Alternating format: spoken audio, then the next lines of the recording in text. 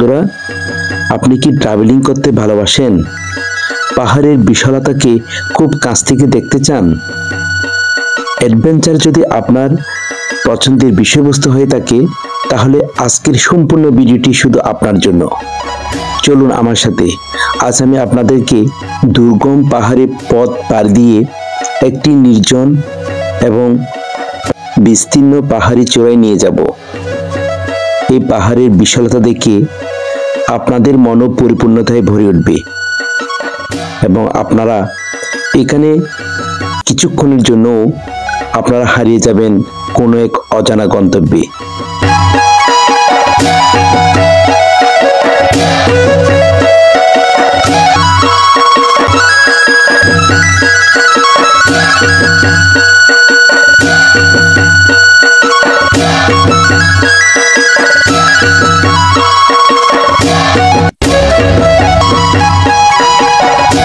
বন্ধুরা, সবাইকে স্বাগতম। আসলে আজকে আমি টিটু চৌধুরী, শিক্ষক, ওর একটি গহীন একটি পাহাড় রয়েছে, যেটি জঙ্গল পারোয়া নামে খ্যাত। আপনারা দেখতে পাচ্ছেন, আমি যদি আপনাদের দেখাই, আপনারা দেখতে পাবেন এখানে চারিদিকে শুধু পাহাড় আর পাহাড়। এই পাহাড়ের পাদদেশে সর্বোচ্চ চূড়ায় পর্যন্ত উনি এখানে বেশ কিছু জাতি গাছ লাগিয়েছেন, যেগুলো ফলস নয়, যেমন গামারি, শিল, করই, সেগুন, এই জাতীয় কিছু ভালো প্রজাতির গাছ এখানে রোপণ করেছেন। এবং আমি যদি আপনাদের সমস্ত পাহাড়টি দেখাই, তাহলে আপনারা বুঝতে পারবেন কতটা নীরব নিস্তব্ধ জায়গায় আমরা এখানে এসেছি। এখানে দিনের বেলায় আসতেও ভয় লাগে, আর সন্ধ্যা কিংবা রাতের কথা তো দূরে থাক।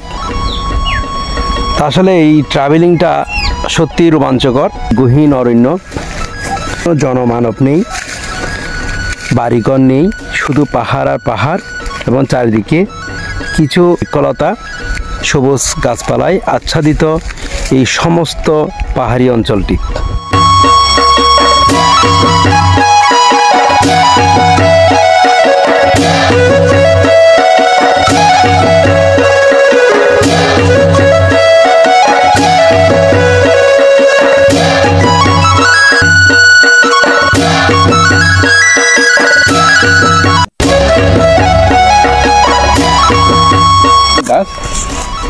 গাছগুলো আসলে পানির অভাবে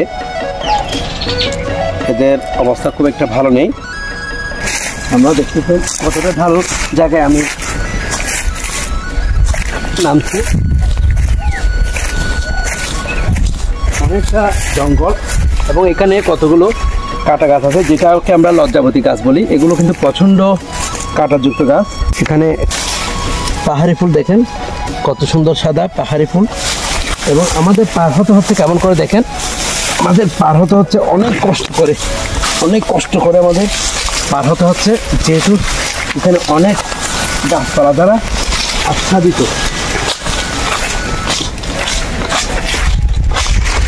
এবং এ হচ্ছে কাঁঠাল গাছ, এই কাঁঠাল ধরে এবং চারপাশে পরিবেশটা আরেকবার দেখাচ্ছি।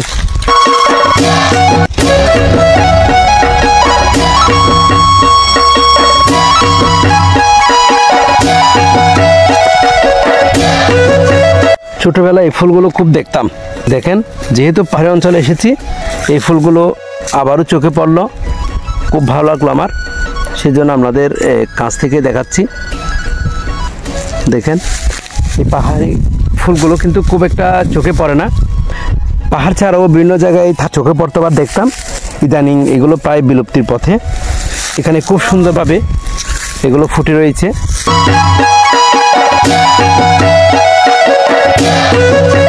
ফুলগুলো বা গাছগুলোর নাম কি আমি ঠিক জানি না, তবে এগুলো খরার মধ্যে, অর্থাৎ বৃষ্টিহীন অবস্থায় ওইগুলো এই বৃক্ষগুলো খুব সজীব এবং সতেজ থাকে, এবং দেখছেন গাছগুলো কতটা সজীব সতেজ, এবং দেখেন কত সুন্দর ফুল।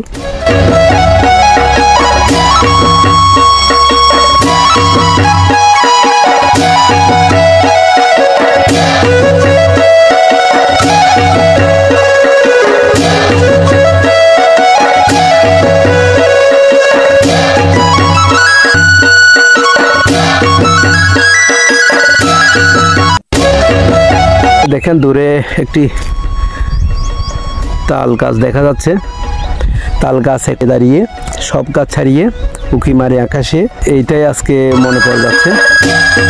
বা ওই দেখা যায় তাল গাছ, ওই আমাদের গা, ওইখানেতে বাস করে কানা বগিরচা। এই হচ্ছে ঘাটালদের সুন্দর শান্ত নিরিবিলি একটি পরিবেশ, দেখে আপনার ভালো লাগবে। তবে এখানে কখনো একা আসতে যাবেন না, এখানে কখনো একা আসতে যাবেন না। এখানে আপনারা আসতে হলে অবশ্যই বেশ কয়েকজন বন্ধু বান্ধব নিয়ে আসবেন, কারণ পাহাড়ি এরকম জনশূন্যতা নির্জন জায়গাটি যেমন রোমাঞ্চকর ভালো লাগার মতো, তেমনি এখানে নানা রকম বিপদের সম্মুখীন হওয়ারও সম্ভাবনা আছে।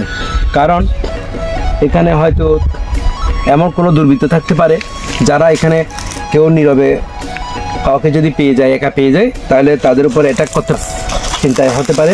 তাছাড়া হয়তো বন্য হাতির আক্রমণ হতে পারে, বন্য হাতি বা বিভিন্ন প্রাণী থাকতে পারে হিংস্র, সেগুলো দ্বারাও আপনি আক্রান্ত হতে পারেন। সেজন্য এখানে আপনারা একটু সুরক্ষিতভাবে আসবেন। ধন্যবাদ।